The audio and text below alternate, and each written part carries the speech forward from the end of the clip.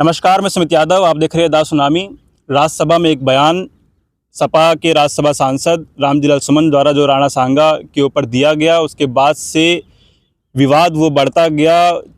रामजी सुमन के घर पे जाके करणी सेना ने हमला किया, कार में तोड़फोड़ की गई। उसके बाद 12 अप्रैल को जब राणा सांगा की जयंती थी, उस दिन भी आगरा के बाहर तलवारें लहराई गईं।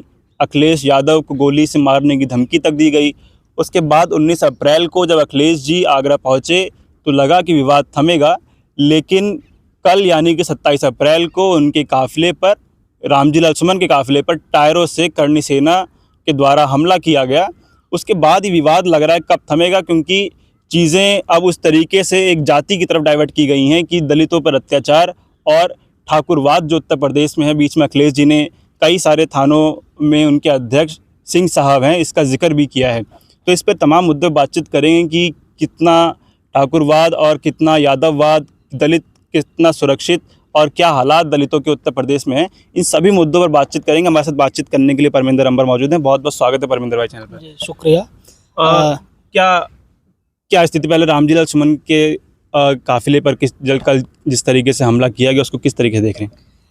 एक तो ये है कि उत्तर प्रदेश के अंदर दलित होना एक खतरे की निशानी बन चुका है, क्योंकि हमें महसूस कर रहे हैं कि किसी को जय भीम बोलने पर एक बच्चे को, अलीगढ़ की ही घटना है, जिसको ठाकुर समुदाय के लोगों ने मारपीट जिसके साथ की।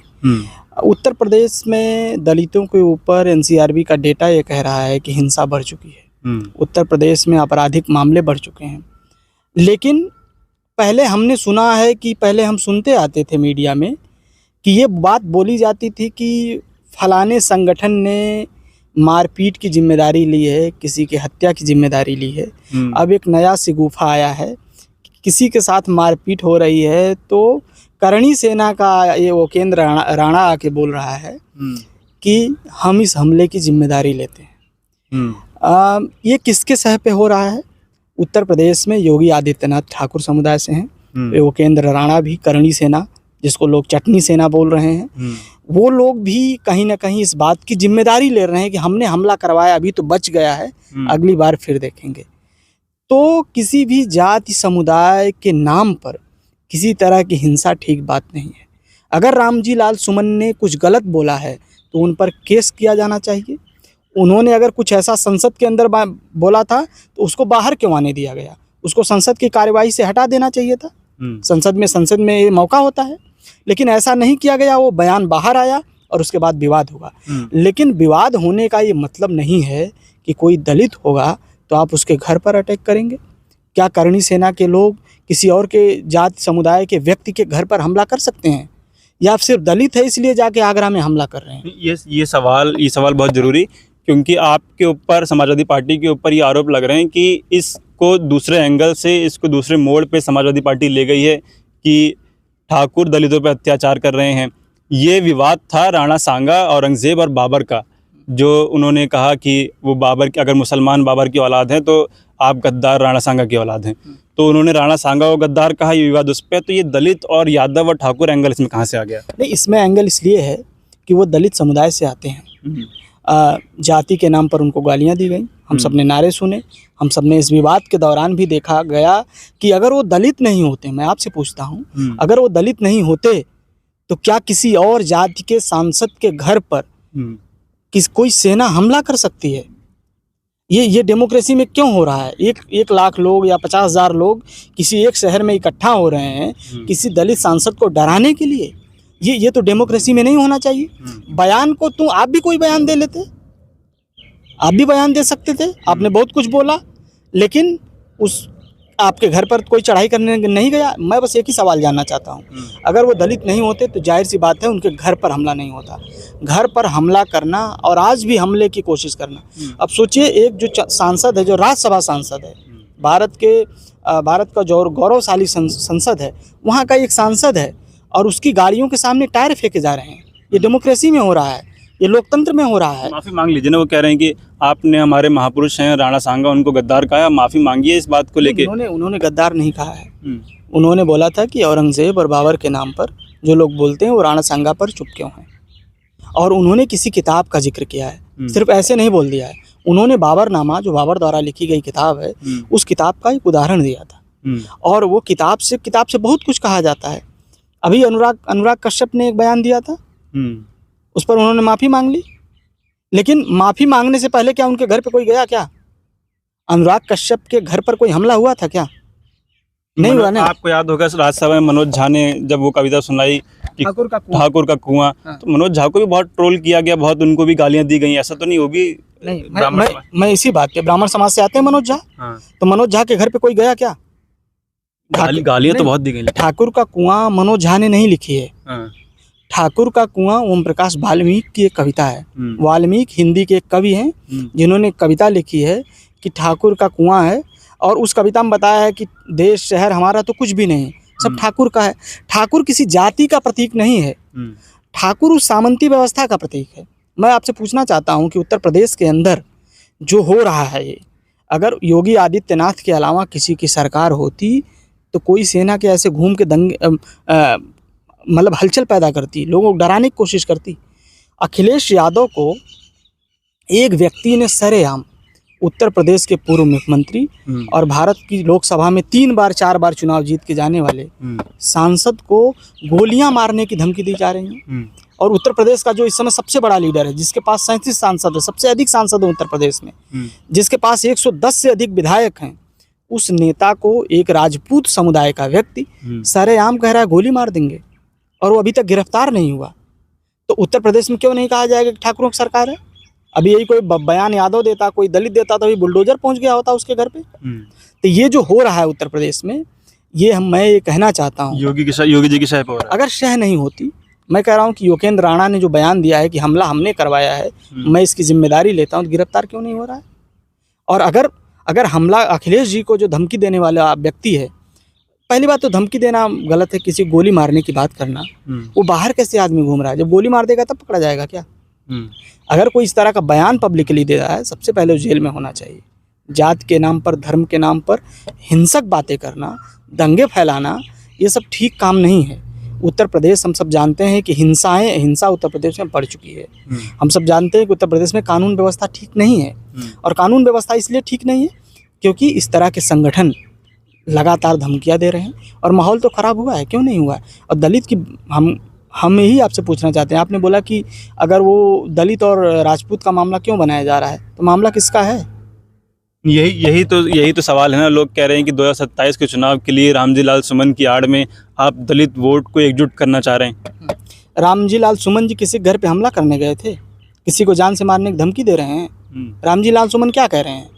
रामजी लाल सुमन जी ने संसद में एक बात कही, वो तो किसी घर पे हमला करने नहीं जा रहे हैं। उन्होंने तो उन्होंने तो किसी तरह के दंगा फैलाने की बात, किसी को मारपीट करने की बात, किसी को धमकाने की बात उन्होंने तो नहीं की। तो उत्तर प्रदेश में जातिवाद नहीं, उन्होंने कहा था कि 2-2 हाथ हो जाएं।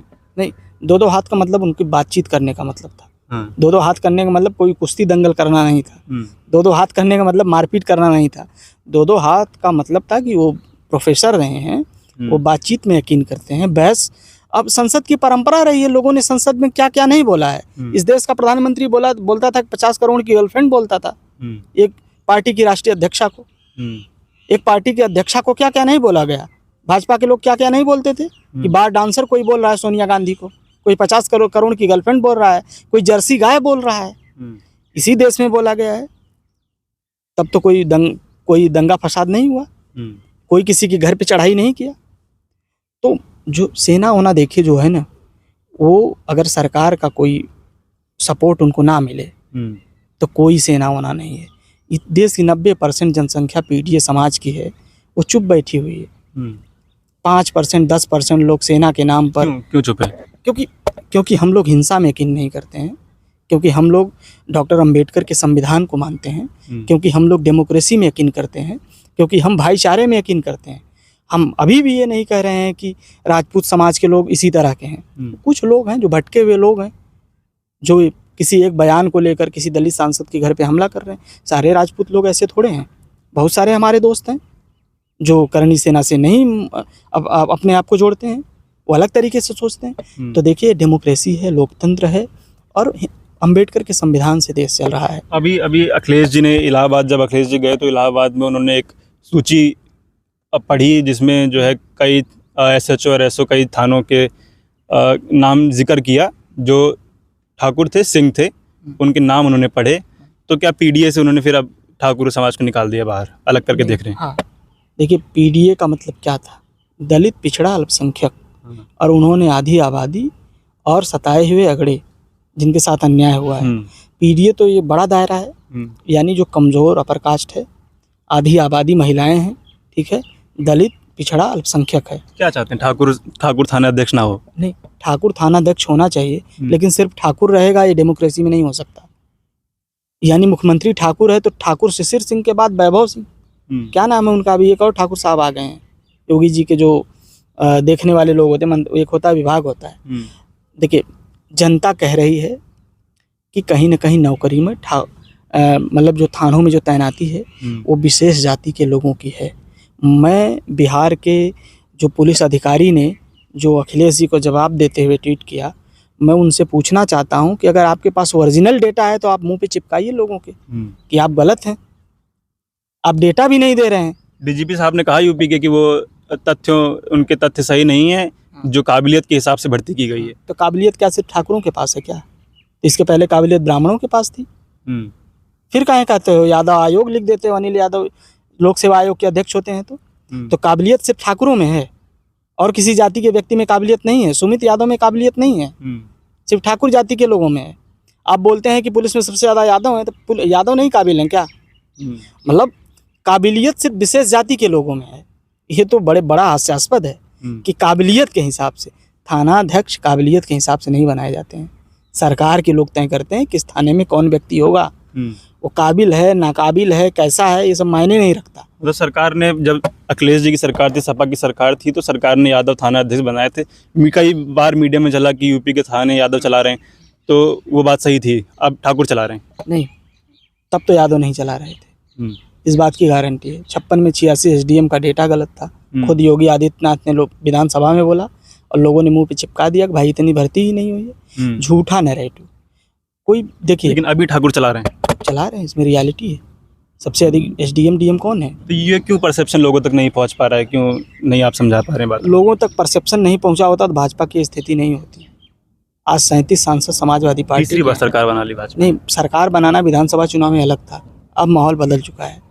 अब चुनाव हो जाएगा 300 पार सपा, और चुनाव इसलिए 300 पार है क्योंकि आप सोचिए ना, 37 सांसद और 6 कांग्रेस के जीत कर आए हैं लोकसभा चुनाव में। ये पार्टी के इतिहास में, समाजवादी पार्टी के इतिहास में इतना वोट नहीं मिला है। तो अभी लोगों को ये समझ में आया है कि दरअसल जो भ्रम फैलाया गया कि यादव थाने चला रहे हैं, यादवों को ज़्यादा नौकरी, मैं कह रहा हूँ सरकार के पास कोई डेटा हो तो पेश करे। हम तो डेटा पेश कर रहे हैं ना कि इलाहाबाद में सबसे ज़्यादा थानेदार ठाकुर हैं, हमने डेटा दे दिया। अगर मेरा डेटा गलत है तो वो डेटा मेरे मुंह पे चिपका दो भाई कि तुम गलत हो। मैं तो कह रहा हूँ ना, सबसे ज़्यादा थानेदार हैं वहाँ पे थानेदार ठाकुर जाति के। अगर मेरा डेटा गलत है तो तुम अपना डेटा लेके आओ, मैं माफ़ी मांग लूँगा। तो मतलब जिस तरीके से भाजपा ने यादव के खिलाफ सारे OBC को गोलबंद किया, उस तरीके से आप ठाकुर के खिलाफ सभी को गोलबंद करना चाह रहे हैं? नहीं, हमारा ठाकुर ब्राह्मण राजपूत यादव दलित का कोई मुद्दा नहीं है। हमारा मुद्दा है जो गरीब हैं, वंचित हैं, पीड़ित हैं। आप जाति का नाम लेके टारगेट कर रहे हैं? नहीं, जाति का नाम लेके टारगेट इसलिए कर रहे हैं कि विशेष जाति के लोग जाके किसी दलित सांसद के घर पे हमला करेंगे तो हम जाति के नाम पे नहीं कर रहे हैं, उस जाति समुदाय से आने वाले कुछ लोगों के खिलाफ बात कर रहे हैं कि ऐसा नहीं होना चाहिए। आप किसी को मारपीट नहीं कर सकते हैं। आप क्या राजतंत्र थोड़े चल रहा है? किसी के घर पे हमला कर दोगे, किसी कमरे में घुस जाओगे, किसी को धमकी दे दोगे, किसी को गोली मारने की बात कर दोगे, ये सब नहीं चलेगा। समय बदल चुका है, गंगा में बहुत पानी बह चुका है, इसलिए इस तरह की बातें करना ठीक नहीं है। अखिलेश जी बार बार मनु का भी जिक्र अब करने लगे हैं, कह रहे हैं 5000 साल पहले मनु हुआ जिन्होंने जातीय व्यवस्था बनाई। तो बीच बीच में फिर कहते हैं कि इतिहास के गड़े मुर्दे नहीं उखाड़ने चाहिए, फिर भी मनु का जिक्र करते हैं। नहीं, मनु इतिहास नहीं है। मनु एक पौराणिक कथा का पात्र है। जो मनु स्मृति लिखी गई उसमें शूद्रों के लिए क्या बोला गया कि शीशे पिघलाकर कानों में डाल देंगे। स्त्रियों को पढ़ने लिखने का अधिकार नहीं है। दलितों पिछड़ों, खुद तुलसीदास ने लिखा, शूद्र गवार ढोल पशनारी सकल ताड़ना के अधिकारी। तो ये पीटोगे स्त्री को? शूद्र कौन है? यही पिछड़े लोग हैं ना शूद्र। तो क्या पीटने से ये लोग सुधरेंगे? तो जो मनुस्मृति में है वही तुलसीदास के रामचरितमानस में है। इसीलिए हम सब इसका विरोध करते हैं। हम लोग पाखंड, धर्म के आधार पर अन्याय, जात के आधार पर भेदभाव, वो चाहे मनुस्मृति हो चाहे रामचरितमानस में तुलसीदास हो, हम सबका इसलिए विरोध करते हैं कि वो गलत है। शूद्र को मारपीट करके नहीं सुधारा जा सकता है। अखिलेश जी को आंकड़े समझ में आ गए हैं, इस वजह से वो ठाकुर, क्योंकि मायावती के थोड़ा इनएक्टिव होने से वो जो एक स्पेस दलित वोट बैंक में है, इसलिए वो ठाकुर वाला वोट बैंक छोड़ के दलित वोट बैंक की तरफ भागने की थोड़ी कोशिश कर रहे हैं, इसलिए शायद इस तरीके की बातें हो रही हैं। नहीं, मायावती जी को तो दलित बहुत पहले छोड़ चुका है। 9% वोट है उनकी पार्टी का, तो सिर्फ 9% उत्तर प्रदेश में दलित नहीं है। दलितों की संख्या उत्तर प्रदेश में 20% के आसपास है। तो इसका मतलब है कि वोट बैंक तो पहले ही सपा के पास आ गया है। ऐसा कुछ करने की जरूरत नहीं। बसपा एक्टिव 22 में भाजपा को गया, ऐसा कई लोगों का मानना है। कुछ वोट गए थे पूरा दल सपा 22 से पहले से दलित जो है सपा की तरफ आना शुरू हो चुका था। इस लोकसभा चुनाव में वो पूरी तरह आ चुका है। आजमगढ़, जौनपुर इलाकों के तमाम डेटा आप देख लीजिए, सारा दलित वोट सपा के पास है। अभी सपा में सबसे बड़े नेता अवधेश जी हैं। तमाम दलित लीडर उभरे हैं, वो चाहे प्रिया सरोज हों, चाहे तूफानी सरोज हों, इतने सारे, पुष्पेंद्र सरोज खुद जीत कर आए हैं, इतने सारे दलित सांसद बन गए हैं समाजवादी पार्टी। इन पे भी सवाल है, प्रिया सरोज, पुष्पेंद्र सरोज, उसके बाद अवधेश प्रसाद के लड़के चुनाव लड़े, लालजी वर्मा की पत्नी चुनाव लड़ी, कि एक ही घर में रहेगी पॉलिटिक्स और जो बाकी कार्यकर्ता हैं।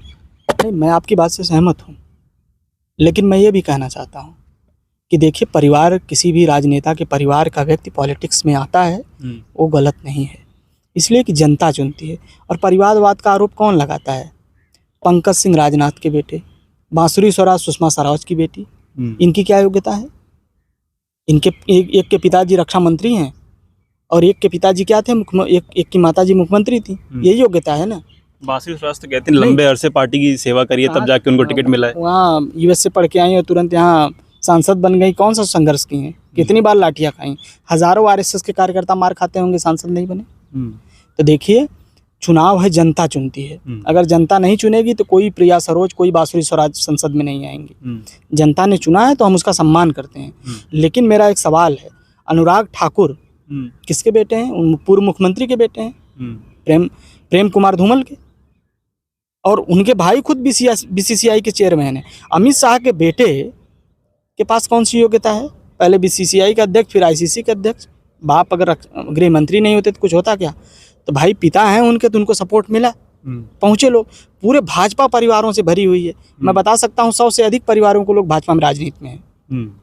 मेरा आखिरी सवाल फिर मैं ख़त्म करूंगा कि करणी सेना ने ये कहा है कि हम लोगों ने 2024 के लोकसभा चुनाव में, यानी कि क्षत्रिय समाज ने 2024 के लोकसभा चुनाव में भाजपा का विरोध किया, तो उत्तर प्रदेश से भाजपा की हालत ख़राब हो गई। अब 27 के चुनाव दूर नहीं, अगर इसी तरीके से अगर माफ़ी नहीं मांगी तो विरोध होगा समाजवादी पार्टी का, बहुत बुरा हाल हो जाएगा, सपा हो जाएगी। 27 विरोध सिर्फ करणी सेना कर रही है, क्षत्रिय नहीं कर रहे हैं। नहीं, करणी सेना का मतलब क्षत्रिय नहीं होता है, ठीक है।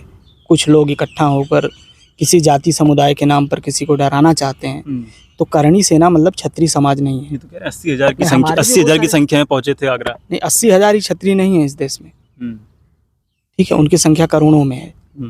तो करोड़ों लोग हैं जो सब समाजवादी पार्टी जैसे दलों के साथ हैं, ठीक है। ये कहना बंद कर दें करणी सेना का मतलब क्षत्रिय समाज हो गया। करणी सेना होना PDA ODA के सामने कुछ नहीं है। इस समय देश की सबसे बड़ी सेना PDA है। वो जहाँ जाएगी वही सरकार बनाएगा। इसलिए वो कुछ चुनिंदा लोग हैं, कुछ चंद लोग हैं जो सड़कों पर उतर कर किसी को डराना चाहते हैं, जाति के नाम पर, किसी को धर्म के नाम पर, किसी को किसी क्षेत्र के नाम पर। तो ये लोग डराएंगे, धमकाएंगे, लेकिन उससे कुछ होने वाला नहीं है। उत्तर प्रदेश का जो सबसे बड़ा समुदाय है, जो PDA है, इसमें सब कुछ दलित, पिछड़ा, अल्पसंख्यक, आधी आबादी, गरीब, शोषित, अगड़े, ये पूरा इकट्ठा है। उनको भाजपा को हराना है, किसी अखिलेश जी या उसको नहीं। तो मेरा ये सिर्फ कहना है कि ये सब बंद होना चाहिए। डेमोक्रेसी है, लोकतंत्र है, आप किसी को जाति के नाम पे डराने की कोशिश मत करिए। लगातार सवाल यही है कि क्यों बार बार इस तरीके के हमले रामजीलाल सुमन पे हो रहे हैं। अगर उनका कोई बयान आपको गलत लगता है तो आप कोर्ट जा सकते हैं। सवाल ये भी लगातार हो रहे हैं क्योंकि वो लोग योगी जी की जाति से आते हैं, इसलिए कोई कार्रवाई उन पर नहीं हो रही है। इसीलिए उनके हौसले बढ़े हुए हैं। आप लोग क्या सोचते हैं, अपनी राय कमेंट बॉक्स में दीजिएगा। फिलहाल ये वीडियो मैं ख़त्म कर रहा हूँ। आप लोगों से मुलाकात अगली वीडियो में होगी। जुड़े रहे हमारे साथ, तब तक के लिए नमस्कार।